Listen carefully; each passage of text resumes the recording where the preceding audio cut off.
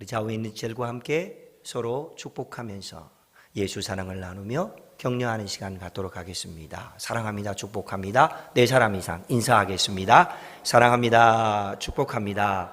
사랑합니다. 축복합니다. 사랑합니다. 축복합니다. 사랑합니다. 축복합니다. 자비를 구하는 기도 주님 앞에 드리며 나아갑니다. 두 번 고백하겠습니다. 주여 나를 불쌍히 여기소서. 한 번 더요. 주여 나를 불쌍히 여기소서. 아멘. 베푸신 은혜와 하나님의 놀라운 사랑이 오늘 예배하는 저와 여러분들 가운데 함께 하시게 되기를 주의 이름으로 축복합니다. 오늘 기도하신 최민규 장로님은 사계절을 주시는 하나님과 특별히 가을을 통하여 풍성한 열매를 맺게 하신 하나님의 사랑을 마음속 깊이 새기셨다고 고백하셨습니다.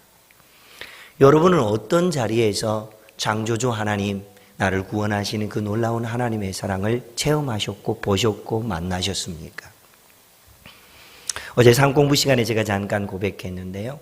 저는 저희 둘째 딸아이, 첫째 딸은 낳았을 때요, 경황이 없어서 누구를 닮았는지 생각도 못했습니다.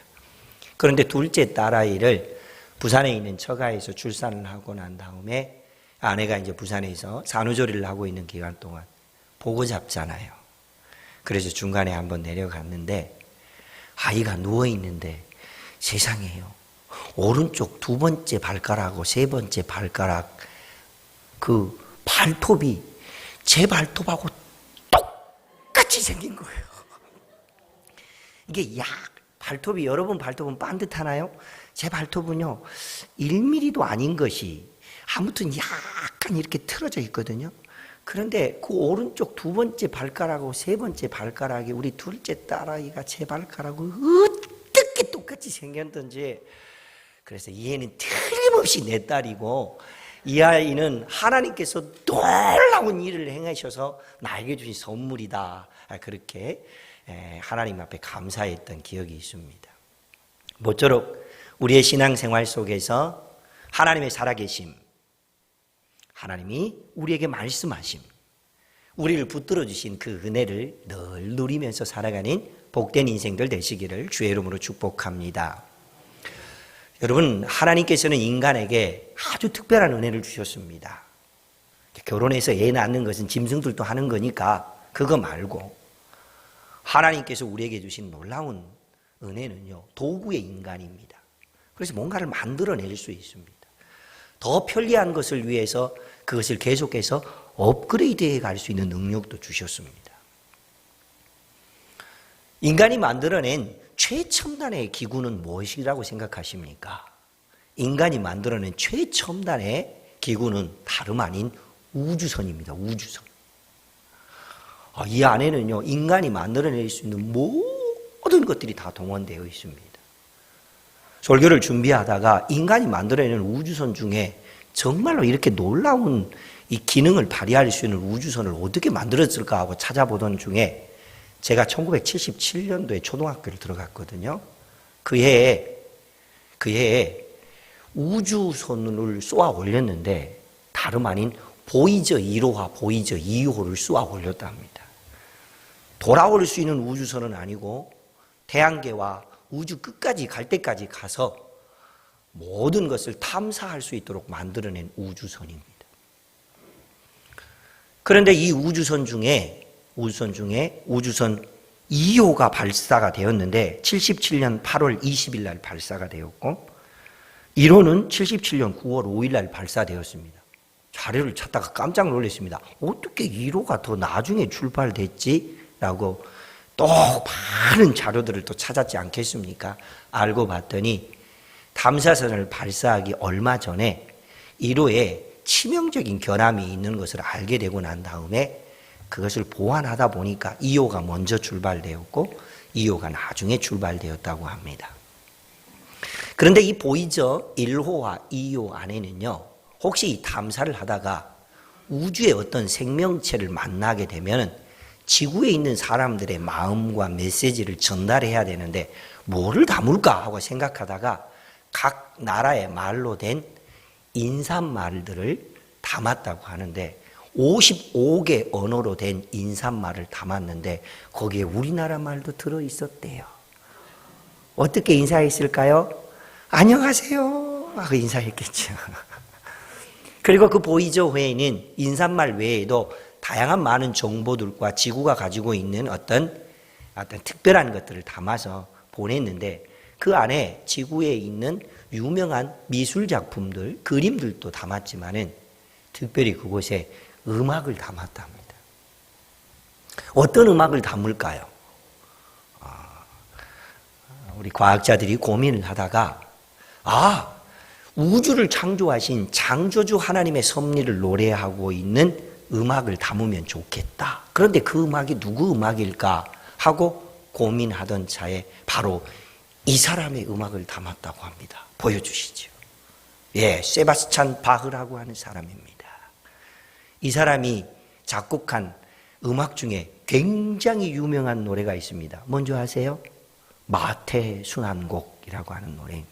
물론 그 외에도 많은 오라토리와 오페라 또는 연주곡들을 썼지만은 이 세바스찬 바흐는 창조주 하나님께서 우리와 함께 하신다라고 하는 이 비밀을 음악에 담아서 악보에 그려서 그것을 우주인들에게 알려줄 수 있는 음악이 되게 하는 것을 보냈습니다. 최첨단의 과학기술이 만들어낸 것이 우주선인데 250년 전 한 음악가가 작곡한 음악이 바로 그 우주선에 실려서 갔다라고 합니다. 다시 보여주시죠. 이제 여러분 그러면은요 이 세바스찬 바흐는 인생을 살면서 마음에 여유가 있고 뭔가 막 기쁨이 넘치고 행복한 일이 너무 많으니까 그렇게 마태순환곡을 작곡하거나 유명한 오라토리오나 오페라 곡을 작곡했을까요? 아니요. 세바스찬 바흐의 일대기를 검색하고 또 찾아보니까 그는 10살이 되기 전에 부모를 여인 고아로 성장했습니다. 그리고 젊어서 아내를 만나서 결혼을 했는데 결혼한 지 13년 만에 아내가 불치의 병이 걸려서 먼저 죽었습니다. 태어난 자녀들 중에서는 다 건강하면 좋겠지만 그 중에 한 자녀는 정신박약아로 태어났습니다. 그리고 어렵게 작품 활동을 하며 살던 중에 나이가 들었는데 글쎄 악보를 그릴 수 없을 만큼 시력을 잃어버려서 힘든 노년 생활을 보내고 있었습니다. 이 정도로 끝날 줄 알았는데 그가 뇌질환을 앓게 되는 뇌출혈로 인하여서 수족을 쓰지 못할 만큼 힘들게 노년을 보내면서 그러면서도 하나님의 위대하심을 노래하고 찬양하는 악보 활동 그리고 작곡 활동을 멈추지 않았다고 합니다. 그러면서 마지막 악보를 마무리할 때에 세바스찬 바흐라고 하는 자기의 표시를 서명도 했겠지만은 반드시 마지막에 이렇게 서명을 했다고 합니다. 솔리데오 글로리아. 무슨 뜻이지요? 하나님 영광을 받으시옵소서. 오직 하나님께만 영광이 되기를 원합니다. 이렇게 그곳에다가 마지막 사인을 했다고 합니다. 여러분, 우리가 이 세상을 살면서 이렇게 외계인에게도 감동을 줄 수 있을 만한 악보이고 음악이고 작품이라고 인정할 만한 그런 위대한 사람이 있었습니다. 그런데요, 세상에 그런 사람들만 있었을까요? 세상에는 이런 사람들도 있었습니다. 하나님에게서 멀어지고 떠나고 하나님이 기뻐하는 인생을 살지 못하고 있는 이스라엘 백성들을 보면서 하나님께서 믿음의 선지자 예레미야를 세우셨습니다. 하나님의 음성을 들어야 됩니다. 하나님께로 돌아와야 됩니다. 하나님의 말씀을 담아내고 하나님의 복음을 담아낼 수 없는 터진 웅덩이와 같은 것을 가지고 살아서는 안 됩니다. 그렇게 말해도 안 들으니까 땅을 치고 통곡하면서 울면서 그 복음을 전합니다. 특별히 예레미야서에도 그런 간절한 내용이 많이 담겨 있습니다만은 이어지는 예레미야 애가 1장과 2장에 보면 예레미야 선지자가 백성들을 향하여서 얼마나 슬퍼하면서 복음을 전했는지, 하나님의 마음을 전달했는지 내용이 담겨 있습니다. 그래서 신학자들은 예레미야 선지자에게 아주 특별한 별명을 하나 붙여주었죠. 그 별명이 뭐죠? 눈물의 선지자 예레미야라고 그렇게 붙여주었습니다. 그 일이 있고 난 다음에 한 600년이 지나서 여전히 이스라엘 백성들이 주님께로 돌아오지 않으니까 이번에는 하나님께서 독생자 예수님을 직접 보내셨습니다.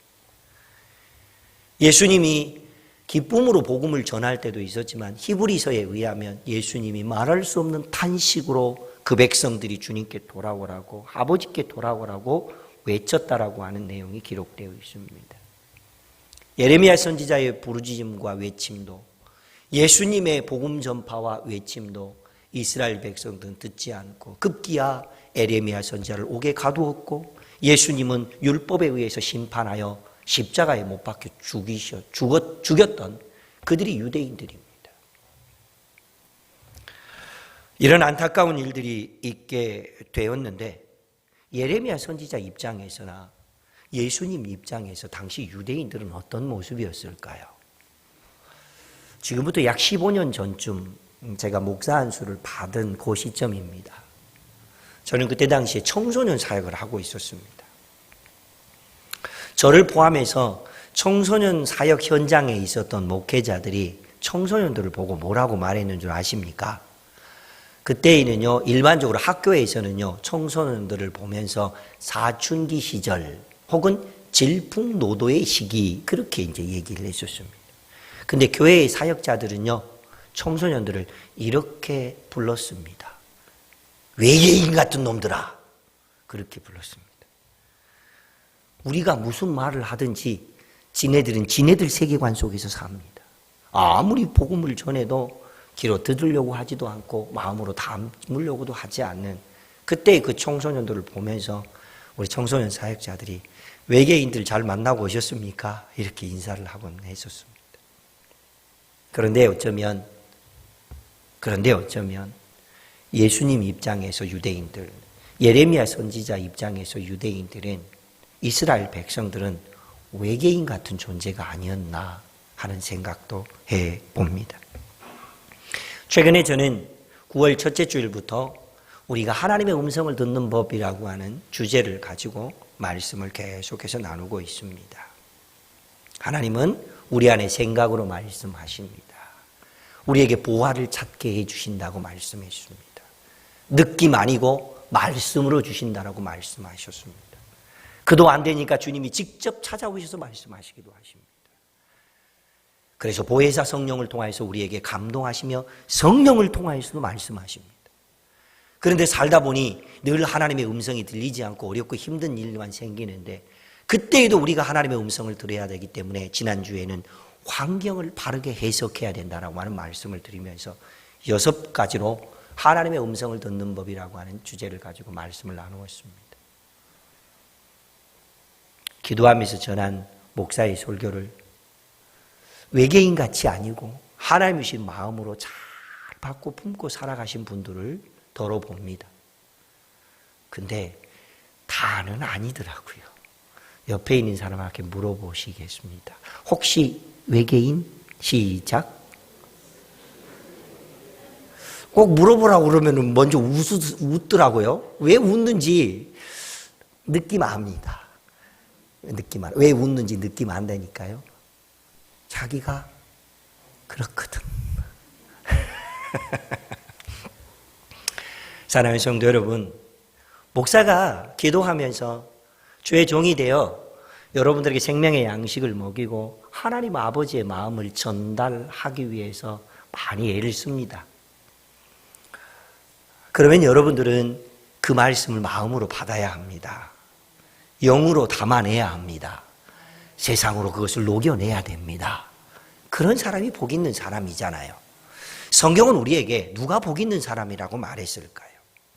어린 시절에 부모의 보호를 받고 성장하는 사람, 결혼을 했는데 사랑스러운 아내와 남편과 함께 100년 해로하며 사는 사람, 아이를 낳았는데 하나도 아프지도 않고 건강하게 무럭무럭 자라는 사람, 인생을 살다가 노년이 되어서 노후가 충분히 보장될 수 있는 그런 경제적인 부분과 건강을 충분히 얻고 있는 사람, 이런 사람을 성경이 복이 있다고 말했습니까?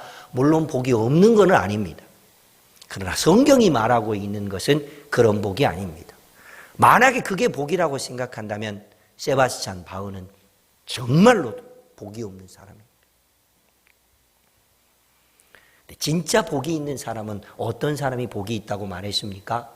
시편 기자는 시편 1편에서 복이 있는 사람은 악인의 길을 쫓지 아니하며 죄인의 길에 서지 아니하며 오만한 자의 자리에 앉지 아니하고 2절 이렇게 말씀했습니다. 다 같이 읽습니다. 시작. 오직 여호와의 율법을 즐거워하며 그 율법을 주야로 묵상하는 자로다. 아멘. 누가 복이 있다고요?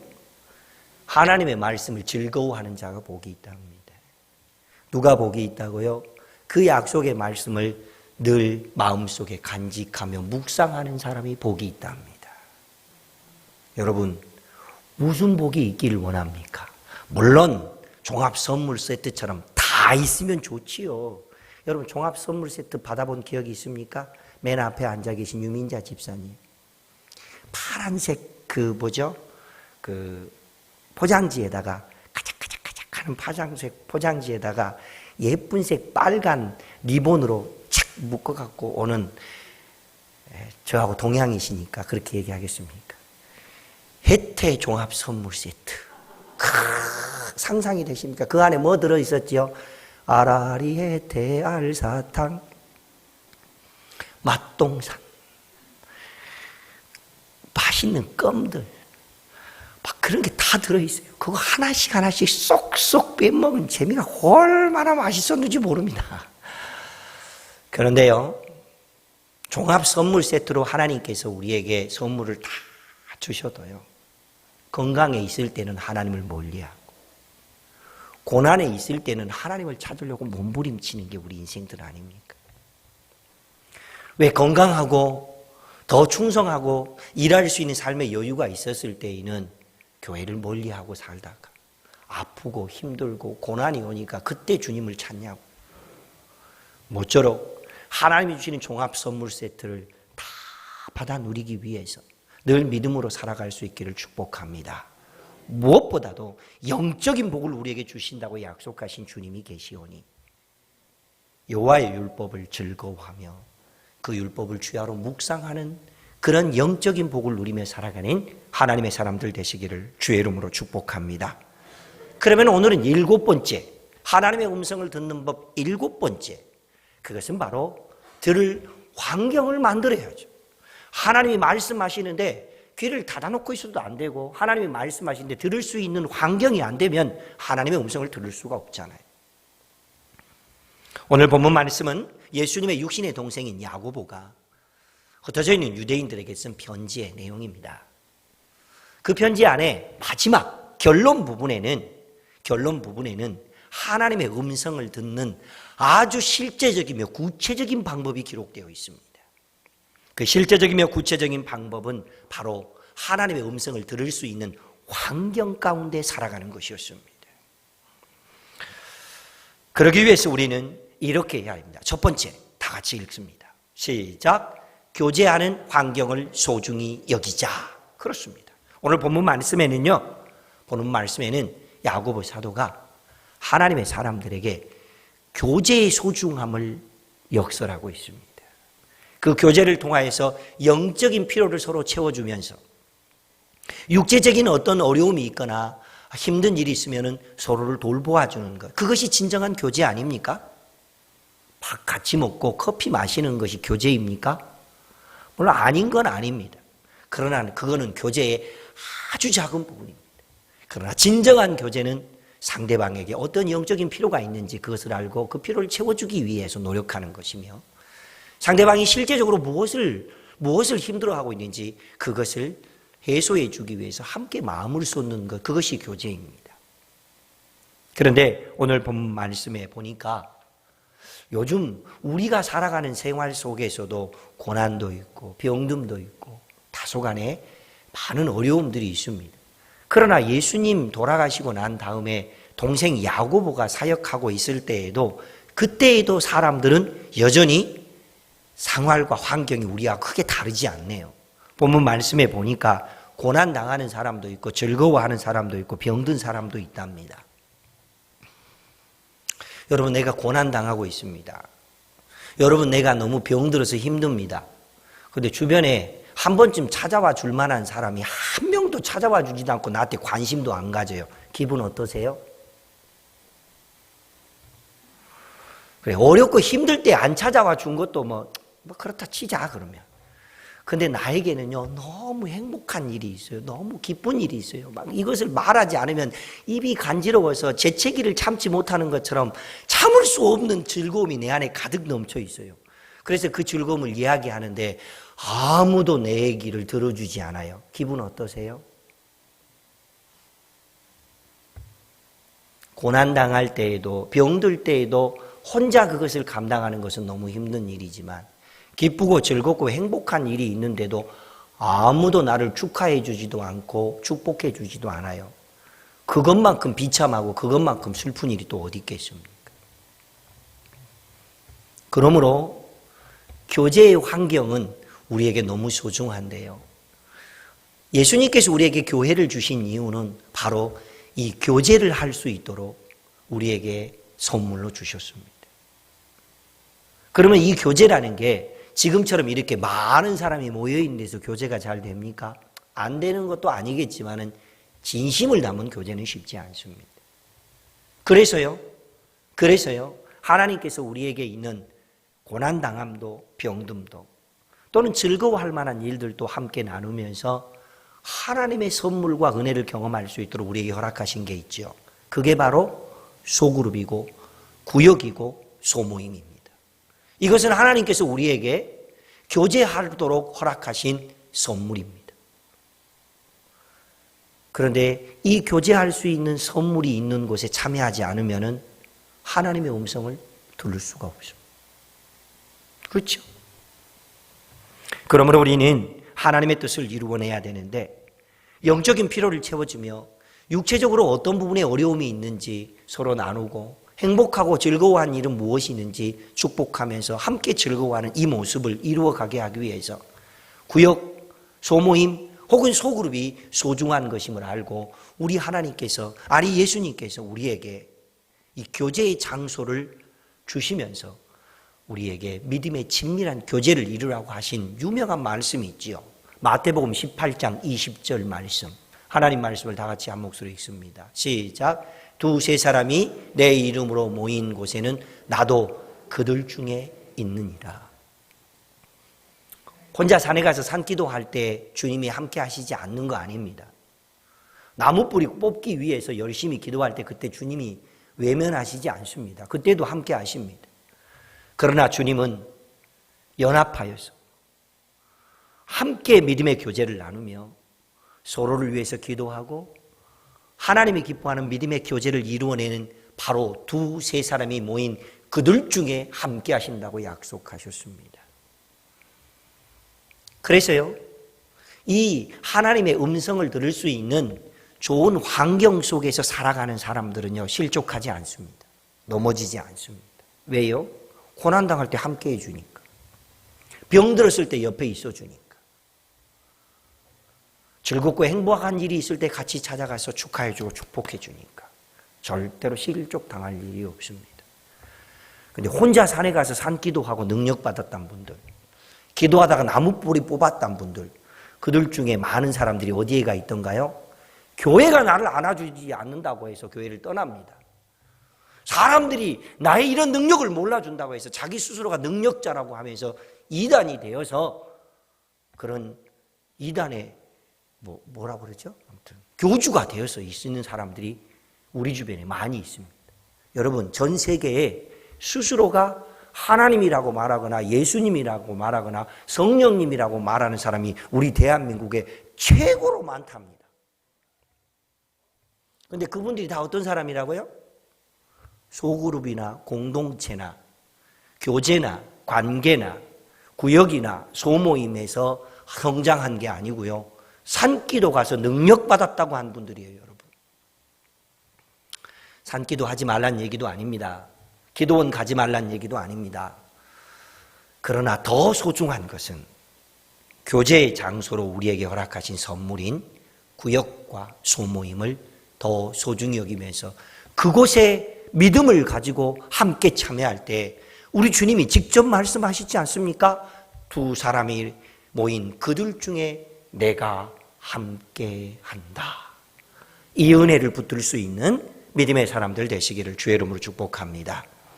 두 번째, 우리가 그러면 하나님의 음성을 듣기 위해서 어떻게 하면 좋은 환경을, 들을 수 있는 환경을 만들어낼 수 있을까? 두 번째, 함께 읽습니다. 시작. 기도하는 환경을 만들자. 물론 모여서 밥도 먹어야 되고 차도 마셔야 되고 과일도 먹고 과자도 먹어야죠. 그러나 이것은 교제를 이루어내기 위한 아이스 브레이크입니다. 아이스 브레이크. 진정한 교제는 뭘까? 그래서 오늘 본문 말씀은 찬찬히 읽어보면 기도를 야고보 사도는 이렇게 정의했습니다. 어떻게 정의했을까요? 바로 이렇게. 시작. 기도는 교제의 꽃이다. 그래. 모여서 밥 먹었는데 기도 없었어. 모여서 밥 먹었는데 서로의 마음을 터놓는 나눔이 없었어. 차도 마시고 과일도 먹고 과자도 먹었는데 그냥 밥만 먹고 솔시레파 미래도 물만 먹고 가지요 하고 지나갔어. 그러면 그곳에서는 하나님의 음성을 들을 수 있는 방법이 없습니다. 그래서 오늘 본문에서는 기도가 교제의 꽃이라고 말하면서 야고보 사도는 기도를 세 가지 정도를 얘기하고 있습니다.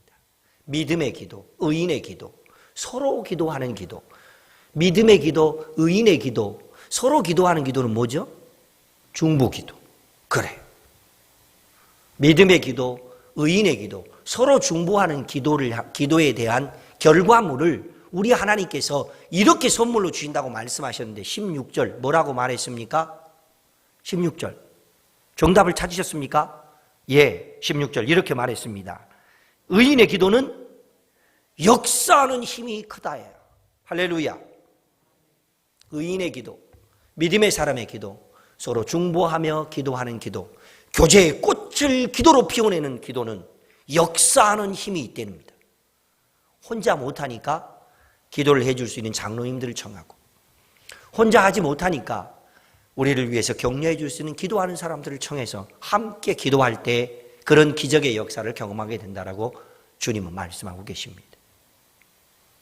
그 이전에도 나름대로 기도를 했겠지만 제가 부임한 이래로 자생적인 의인의 기도 모임, 믿음의 기도 모임, 중보 기도하는 기도 모임이 시작됐습니다. 지난 주일과 수요일 날 예배를 마치고 난 다음에, 기도회를 마치고 난 다음에 일부 몇 분들이 모여서 함께 기도했다고 하는 소식을 들었습니다. 목사가 기쁜데 주님은 얼마나 기쁠까요? 약속의 말씀을 붙들고 하나님 앞에서 기도하는 환경을 만들어서 그곳에서 기도를 통하여 그 교제의 꽃을 피워내는 사람, 그들이 하나님 앞에 복된 인생이 되는 줄로 믿습니다. 그렇다면 여러분, 예수님께서 변화산에 오르셔서 기도하실 때에 그곳에 제자인 베드로, 야고보, 요한이 함께 있었습니다. 그리고 그곳에 또 두 분이 더 계셨는데 누가 계셨죠? 모세와 엘리야. 모세는 왜 오셨을까요? 엘리야는 왜 오셨을까요? 모세는 구약의 선지자를 대표합니다. 엘리야는 누구를 대표할까요? 구약의 기도자를 대표합니다. 그런데 그 구약의 기도의 대표자를 오늘 본문에서 야고보는 어떻게 묘사하고 있습니까? 그도 우리와 성정이 똑같은 사람이다. 무슨 뜻이에요? 배고프면 밥 먹어야 되고, 급하면 화장실 가야 되고, 화나면 짜증 내고요, 내가 원하는데 뭐가 안 되면 하나님을 향하여 원망하고요, 기적이 경험되면 좋아하고요. 이게 우리가 똑같은 성정을 가지고 있는 사람이래요. 그런데 그 똑같은 성정을 가지고 있는 사람이 하나님의 음성을 듣고 하나님의 위대하심을 나타냈습니다. 어떻게 할 때? 그가 기도할 때 3년 6개월 동안 비가 오지 않았다. 그가 기도할 때 비가 내렸고 땅이 열매를 맺었다. 뭐 할 때? 기도할 때. 여러분, 시편에 보면 찬송은 반드시 해야 될 하나님의 명령이라고 말하고 있습니다. 그럼 기도는요? 찬송이 해도 되고 안 해도 되는 것이 아닌 것처럼 기도도 우리는 반드시 해야 합니다. 급기야 사도 바울은 기도를 할 때 어떻게 하라고 그랬습니까? 데살로니가전서 5장 16절 항상 기뻐하라. 17절 쉬지 말고 기도하라. 18절 범사에. 그런데 기도에 대한 수식어는 뭐라고 붙었다고요? 쉬지 말고 기도하라. 할렐루야. 우리는 교제 안에서 기도의 꽃을 피워내고 그 열매를 통하여 하나님께서 우리에게 말씀하시는 음성을 듣고 하나님의 영광을 위해 살아가는 복된 일꾼들 되시기를 주의 이름으로 축복합니다. 하나님은 의인의 기도, 믿음의 기도, 중보하는 믿음의 기도를 들으시고 그곳에 함께 하시고 그곳에서 응답하시고 그곳에서 놀라운 일들을 행하신다고 약속하고 계시지 않습니까? 강아지의 생애를 뭐라고 말하죠? 개생? 그럼 뭐라고 말할까요? 좀 고상하게 그럼 견생? 그럼 강아지니까 강생? 뭐 아무튼 말이 좀 이상하네요. 사람이 살아가는 생애를 보고 뭐라고 말하죠? 인생. 그러면 침팬지가 살아가는 생애를 보고 뭐라고 말하죠? 그냥 침생이라고 합시다. 그러면 침생과 인생이 뭐가 어떻게 다르죠?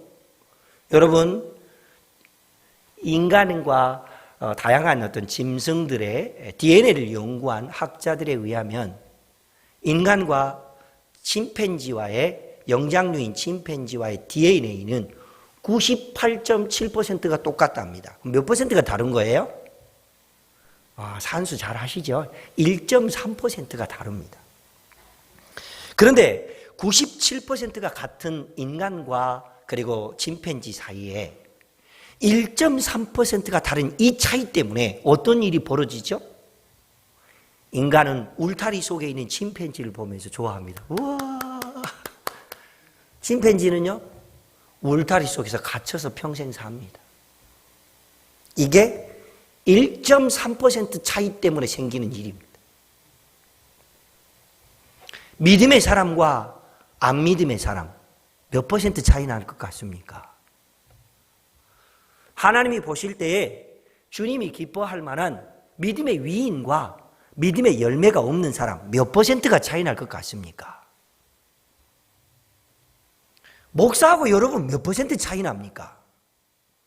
우리가 볼 때 교회를 충성했던 믿음의 일꾼과 그러지 못했던 사람 몇 퍼센트 차이 납니까? 침팬지와 인간이 1.3% 차이 난다면 하나님이 보실 때 믿음의 사람과 안 믿음의 사람은 1.3% 차이도 아니에요. 하나님은요, 우리에게 98.7%만큼 잘해라, 그래야 인간이 된다, 그렇게 말씀하시지 않아요. 1.3%만 제대로 하면 침팬지가 아니라 우리는 인간이 되는 거예요, 여러분. 믿음의 사람, 하나님의 뜻을 이루어내는 귀한 일꾼들, 그거는 1.3% 정도도 안 되는 그 일을 감당할 때 하나님이 기뻐하시는 위대한 사람이 될 수 있습니다.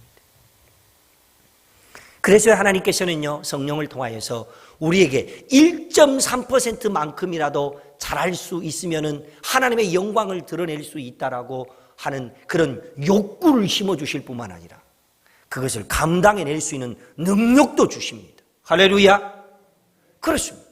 1.3%만 잘하겠다는 그 결정, 그 순종, 그 적용, 그것만 있어도 하나님의 뜻을 이루어낼 수 있습니다. 하나님의 음성을 들을 수 있습니다. 하나님의 임재를 체험할 수 있습니다. 하나님의 위대하심을 맛볼 수 있습니다.